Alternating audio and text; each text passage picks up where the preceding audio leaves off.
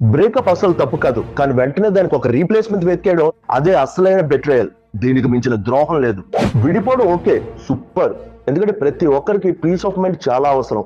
కానీ బ్రేకప్ జరిగిన వెంటనే ఒక కొత్త రిలేషన్ లోకి జంప్ అవడం, దానికి జస్ట్ మూవ్ ఆన్ అనే ఒక హ్యాష్ ట్యాగ్ ని సెట్ చేయడం కరెక్టా చెప్పండి? గాయాలు ఇంకా హీల్ కాలేదు, లోపల ఫీలింగ్స్ మెమరీస్ అలానే పొడుస్తున్నాయి.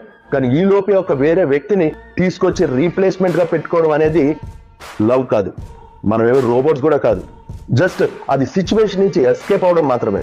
బ్రేకప్ తర్వాత వెంటనే కొత్త రిలేషన్ లోకి వెళ్ళడం ప్రాక్టికల్ గా చెప్పాలంటే అది వాళ్ళ మనసు కోసం చేసింది కాదు, ప్యూర్లీ వాళ్ళ ఈగో కోసం. ఎందుకంటే అవతల వ్యక్తికి నేనేమి తక్కువ కాదు, నేను లోన్లీగా లేనని తెలియజేయడానికి వేసే ఫస్ట్ రాంగ్ స్టెప్. ఒక రిలేషన్షిప్ ముగిసిన వెంటనే ఇంకోటి స్టార్ట్ అవ్వదు, కానీ అలా మొదలైంది అంటే అదేటో మీకు బాగా తెలుసు. అయితే మిమ్మల్ని సూటిగా ఒక ప్రశ్న అడుగుతున్నా, అది కామెంట్ బాక్స్ లో ఉంది, చదివి మీ అభిప్రాయం చెప్పండి.